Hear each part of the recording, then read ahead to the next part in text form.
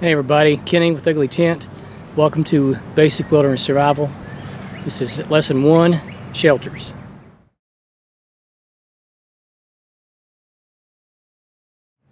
So as long as I've been doing this, and a lot of you have been with me since the beginning of my YouTube, a lot of you are into the survival and bushcraft, so this is not something new to you, but as long as I've been doing this, the decades I've been doing this, I'm very surprised to meet people who have very little to no knowledge of concepts like shelter building or fire making, wilderness fire making, land navigation, all these subjects that I'd like to address for the common person, for the person just getting started, or for the person who's, again, interested and has some knowledge but not enough knowledge, or as a refresher. If you've been with me for a long time, or if you've been practicing bushcraft and survival like I have, this may be a good refresher for you. So stay tuned, and hopefully by the end of the video, you'll have a better understanding of how to build a shelter.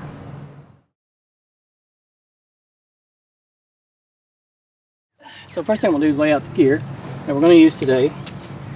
Just a big stick or a mallet, rain poncho,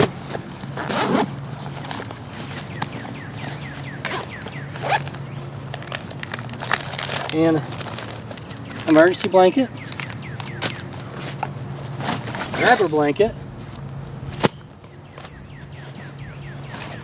and some cordage. I'm going to just use some basic cordage here. Again, this is going to be basic stuff.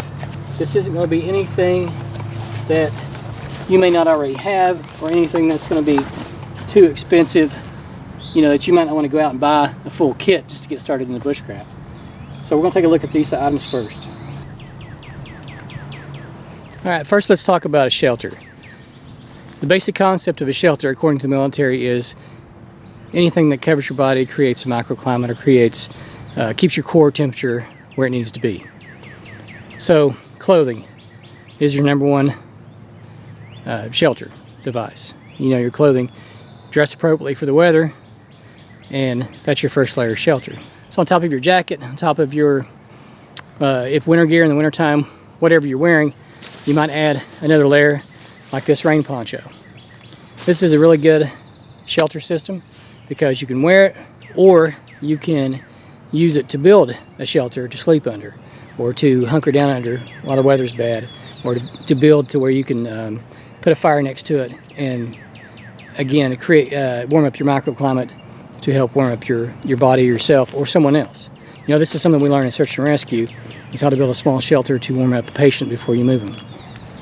Now, the most common is the emergency blanket. Now, this is not like your Mylar blankets, which are good if that's all you have. If all you've got is the little silver Mylar emergency blanket, then that's better than nothing. This is a Survive Outdoor Longer SOL blanket, and I've had this for years. And I just roll it back up and stick it in here, and as you can see, it's done pretty good over the years. So you can use this to wrap around yourself, around your core. Now, when we say core, we're talking about your head and your chest. Some people have the misunderstanding that if you're warming someone's core, you put a blanket over their shoulders, around their arms and their chest and their abdomen, and warm them up. The truth is, you need to be putting it over their head, over their shoulders, their chest, and their torso. Including the head. That's your core temperature. That's your core that you want to keep at the regulated temperature.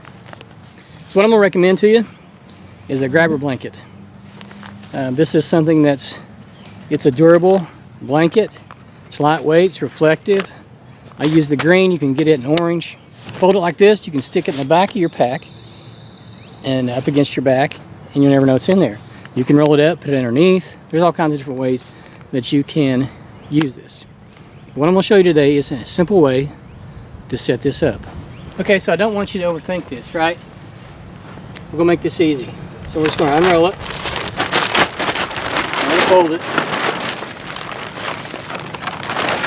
We'll stick one corner of the tree, okay? Take the other corner, and we're going to lay it out. Again, we're not overthinking this. We're making this real simple.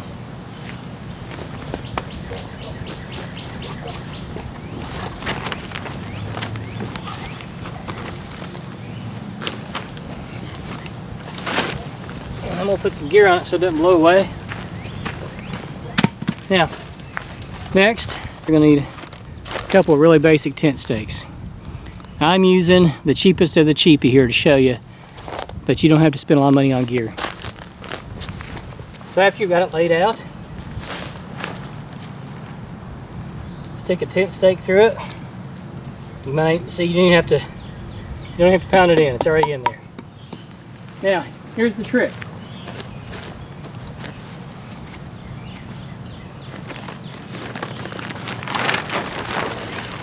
We want to take this, we want to put it to the tree. Now you see that tail over there?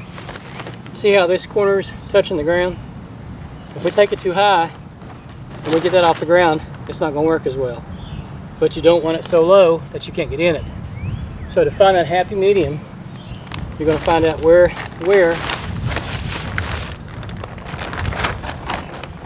these corners touch the ground. If you look, they touch about right there. And that usually is around waist high, real close to it. So general rule of thumb is if you put this waist high, you'll be in the right vicinity of where it needs to be. And now I know there's 1,000 knots you can tie with this, and people get hung up on that. People get hung up on knots and they say, well, what knots do I need to learn? You don't need to learn any. Just tie a basic bow, tie a basic overhand knot, you're fine. If you want to learn knots later on, we can. But for this, for the common person, this is just a good introduction. So don't get caught up on your knots. So what I'm going to do is just run this through the grommet. Okay? And I'm going to leave myself a lot of extra, what they call tail. And again, you see I'm just tying just an overhand knot with a lot of tail on it. I'm going to run this around the tree waist high. Okay, now see how it pulls. See how it pulls it to one side, which is fine. But if you take this and run it around itself again, you can adjust it and get it tight. See how easy it is? So I'm just running that across it and pulling and tightening it up. Run it back around the tree. Now we've ran it around. We've got this extra bit here. Let's just tie a bow. Let's make it simple. Tie a bow.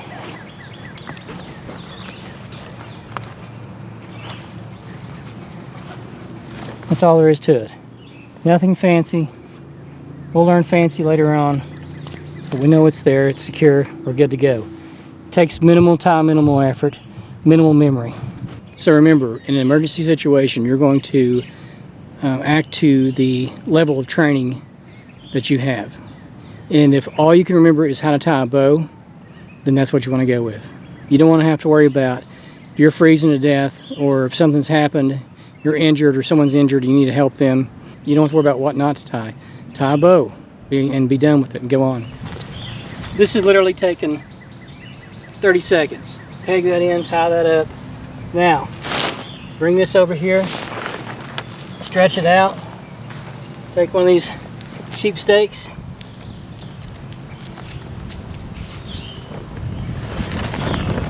slide her in. Same thing with the other side.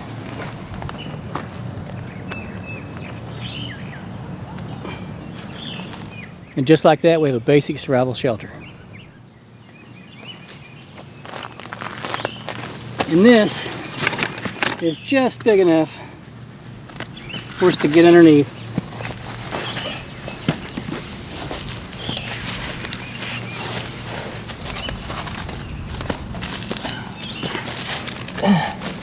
Hunker down, survive whatever it is we need to survive.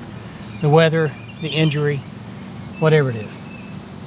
Now I've got plenty of room to spend the night in it. This is the open side. This is more of a closed side. With this open side here, I can build a fire somewhere along these lines.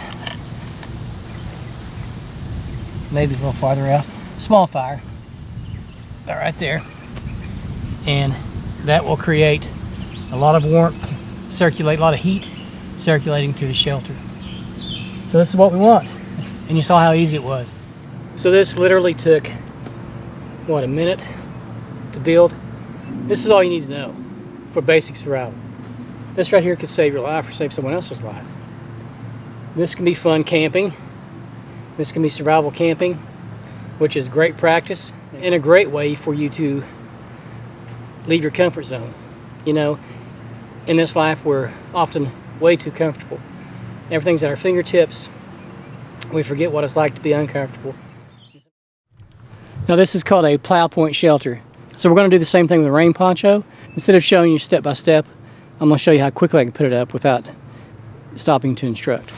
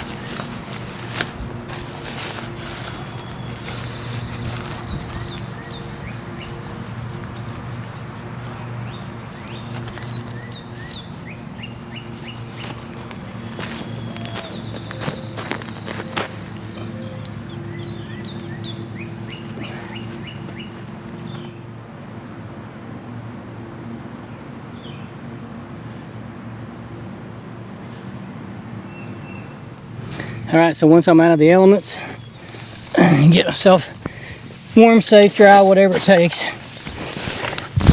then I can start making adjustments to my shelter. The poncho is not the perfect shelter, although I've spent many nights underneath these ponchos to test them out, and they always work well, always stay dry.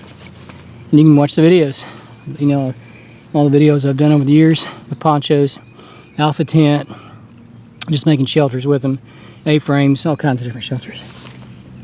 But as you can see, there's a lot of room under here. Let's see if I can get it. Yeah, I got plenty of room to spread out, lay down, and it's going to be a nice, it's going to be a lot better than what it was with the rain or the snow, or even to get out of the sun. If you need some shelter from the sun, a little shade. So when we talk about survival, there's two elements that go back and forth as the primary survival need: shelter and fire. Now, in my opinion, and again, I've studied this for many years, been practicing this for many years, doesn't mean I'm the survival expert, doesn't mean I have the one and only important opinion on this matter. But to me, shelter takes priority over fire. And the reason being is because you can't always get a fire. If you've got a shelter device, then you can just wrap up in it, if nothing else. If you can't build a shelter because of the conditions, at least you can wrap up in it and protect yourself. So in my book, shelter is the #1 survival need, and that's why we're going to cover it first. That wraps this up. I wanted to say thank you for watching. Hopefully you learned something. So get out and practice this. You know, that's your exercise. You've watched the video, you've seen how to do it.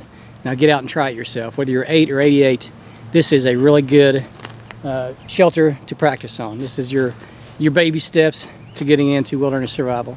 So don't forget to check out uglytent.com where you can find gear like this. Appreciate everything you do. Thanks for watching. We'll see you on the next video.